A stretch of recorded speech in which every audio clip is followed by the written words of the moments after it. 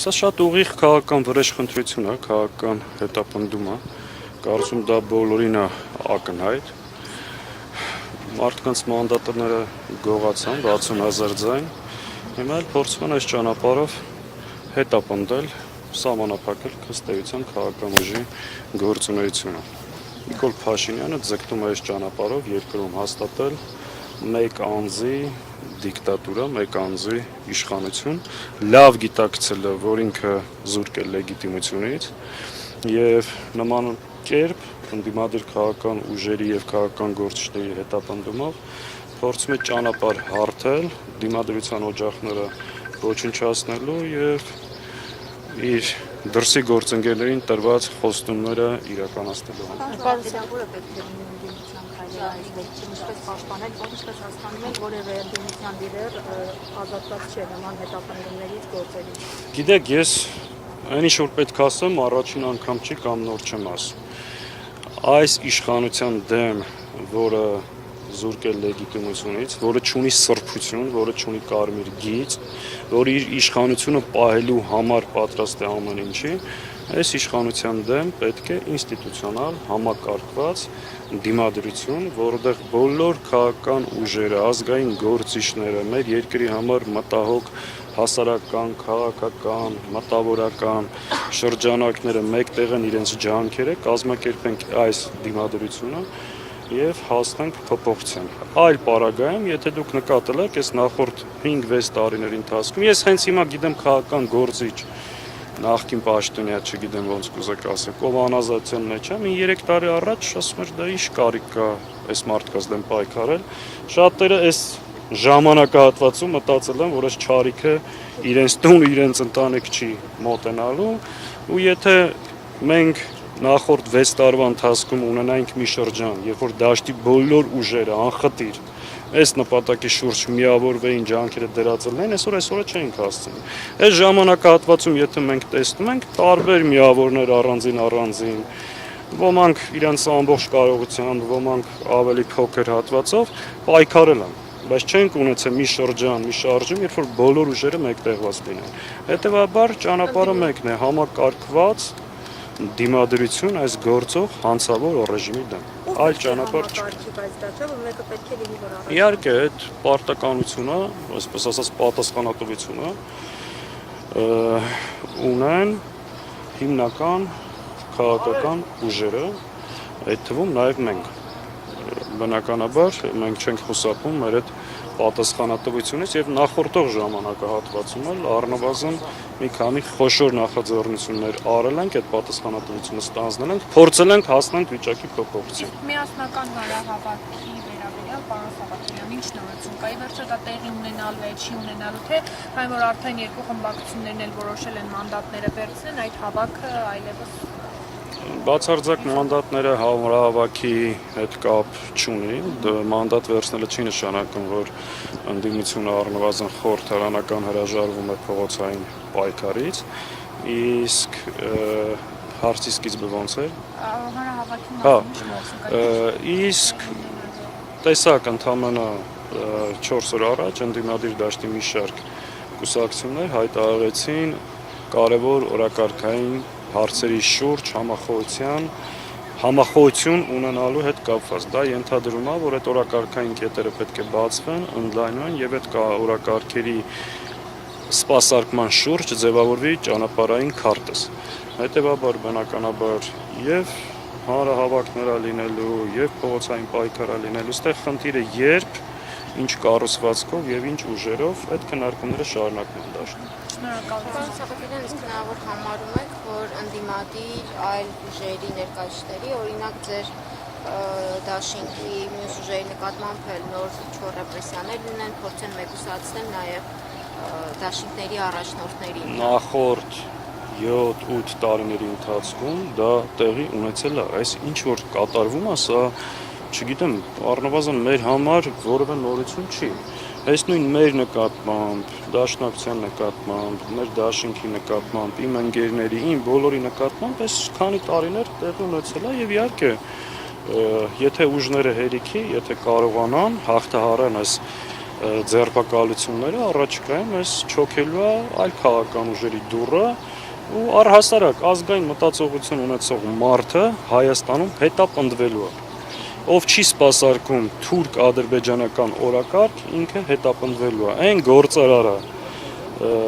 ով հաշտ չի լինելու այս թրքացման process-ի հետ, կապ չունի ինքը զբաղվում է քաղաքականությամբ, թե ոչ։ Ինչ որ մի պահի, հիշեք այս օրը, եթե սրանք մնան,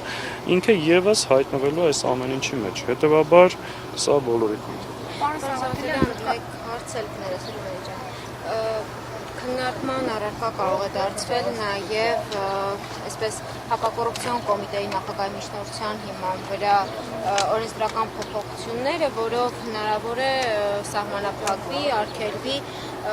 այսպես ճակերտավոր ասած ընտրակաշառքի գործերով անցնող անձանց կուսակցությունների մասնակցությունը հետագայում նաև ընտրական process-ներին։ Այդ փոփոխությունները նաև քաղաքացիներ, որ օրենսդրական փոփոխություններ էր նաև Այդ օրենքով առաջինը պետք է հետապնդվի քաղաքացիական պայմանագիրը։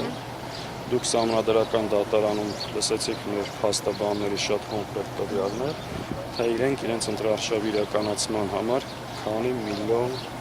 դրամ են թաքցրել։ Հետևաբար մենք լավ հասկանում ենք իրենք տարբեր նախաձեռնություններով, այո, եթե շարունակեն մնալ, փորձելու են ընդդիմադիր քաղաքական ուժերի գործունեությունը սահմանափակել։ Այս մարդու ճանապարհը դա է։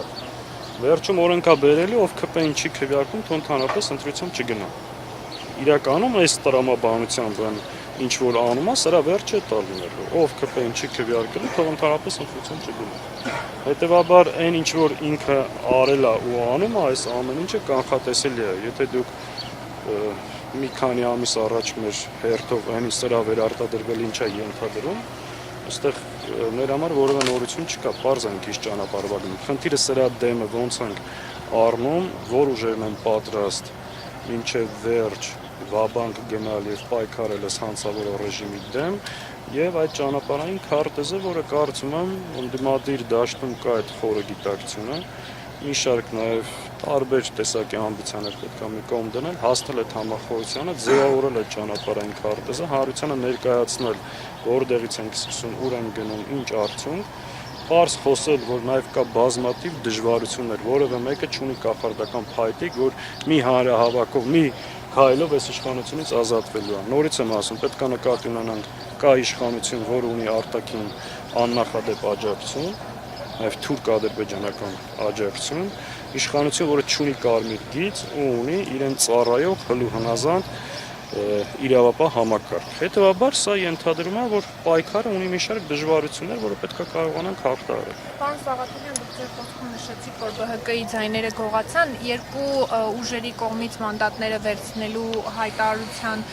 վերաբերյալ քննադատություններ հնչեցին նաև այն մասով, որ իշխանությանը եւ խորհրդարանական ընդդիմությանը ներկայիս ձևավորվող խանգարում էր ըստ էության Բարգավաճ Հայաստան կուսակցությունը, այսինքն բոլորը հարմարվեցին սահմանադրական դատարանի որոշմանը, վերցնում են մանդատները եւ գնում են նորից։ Լավ, ինչով էր մեզ ձեռնտու ընդդիմություն չմեկնաբանամ, էլի թե չէ մի քիչ այլ բաներ եմ ասելու հետո մենք առաջին օրից նույնիսկ նախընտրական շրջանում նույնիսկ հետո մեծապես կարևորել ենք որ ոչ միայն Բարգավաճ Հայաստան, այլ որևէ քաղաքական ուժ, ովքեր փոշիացրին քվեները, անցնեն, որովհետև մենք հասկանում ենք նաև լավ, որ այդ փոշիացումը կարող է վտանգավոր լինել։ Իհարկե շատ էական եւ կարևոր էր Բարգավաճ Հայաստանի անցնելը, որտեղ 3/5-րդի հարց ենք լուծում, բայց ինչ կապ ունի մեր մանդատ վերցնելը Բարգավաճ Հայաստանի անցնելու կամ չանցնելու հետ։ Մենք ամենաշահագրգիռ ուժերից մեկն ենք եղել, որտեղ հասկացել ենք դա ընդհանուր գործի համար շատ կարևոր է։ Գնացինք կոնկրետ ապօրինության, որը մարսելը դժվար է։ Ես ասում եմ, եթե նախորդ ընտրություններում, չգիտեմ, խախտումներ եւ այլ բաներ եղել են, ասենց ուղիղ օրը ցերակով գողանալ մանդատները, ասես բան Հայաստանի նորանկախ պատմության մեջ որևէ նորմալ երկրում տեղի չունեց։ Պարոն Սաղաթելյան, հիմա ինչ օրակարգով կամ ինչ եք անելու խորհրդարանում։ Նաև նշում էին, որ կարելի էր ընդհանրապես չվերցնել մանդատը, այդ նույն ձեր նախանշած փողոցային պայքարը կամ հավաքները ժողովրդի հետ խոսել անել եւ ընդհանրապես իշխանության օրակարգը չսպասարկել։ Իրենք ուզում են կգան խորհրդարանում իրենց օրինագծերը այսպես թե այնպես կանցկացնեն, բայց ընդդիմությունն էլ կունենա իր օրակարգը։ Հիմա դուք ազգային ժողով ինչ օրակարգով եք գործողվելու։ Այն օրակարգը, որի մասին մեր դաշինքը ընդհանրապես 2 օր առաջ հայտ է արել է, ամեն ինչ անել ենք այդ օրակարգը սպասարկելու համար։ Մեր նպատակների, ձգտումների դիրքորոշման մեջ որևէ բան չի փոխել։ Մենք ընդհանրապես դիտարկում ենք, որ մանդատը հնարավորություն է եւ գործիք, այլ ոչ թե խոչընդոտ մեր ընդհանուր նպատակին հասնելու համար։ Իհարկե, մենք սրանով ձևավորել ենք սպասում, իհարկե մենք շատ ըմբռնումով ենք մոտենում մեր քաղաքացիներին, ովքեր այս պայքարի ընթացքում նաև այսօր էմոցիայով, նաև գուցե կոմունիկացիայի խնդիրներ ունենք ճիշտ բացատրելու, հենց դրա համար է ասում ճանապարհային քարտեզը շատ կարևոր է, բայց այս ամեն ինչը ճիշտ էր, սխալ էր, որքան էր արդյունավետ, ցույց կտա առաջիկա մեր գործունեությունը։ Մենք քաջ գիտակցում ենք, որ կա սպասում, կա մեծ պատասխանատվություն եւ վտանգը բավականին լուրջ է։ Բայց այլ ճանապարհը մենք չենք գտել արդյունավետ, որովհետև այլ ճանապարհը պարզապես խուսափել էր պատասխանատվությունից եւ 500,000 ձայն ստանալու դեպքում պարզապես լքել նույն այդ մարդիկ ընդամենը 2 ամիս հետո ասելու էին, բա չհասկացանք, այսինքն այս ինչ արեցիք։ Իհարկե հասկանում ենք դժվար է լինելու, կա այդ պատասխանատվությունը եւ շարունակելու ենք այդ պայքարը վերջնական փոփոխության հասնելու։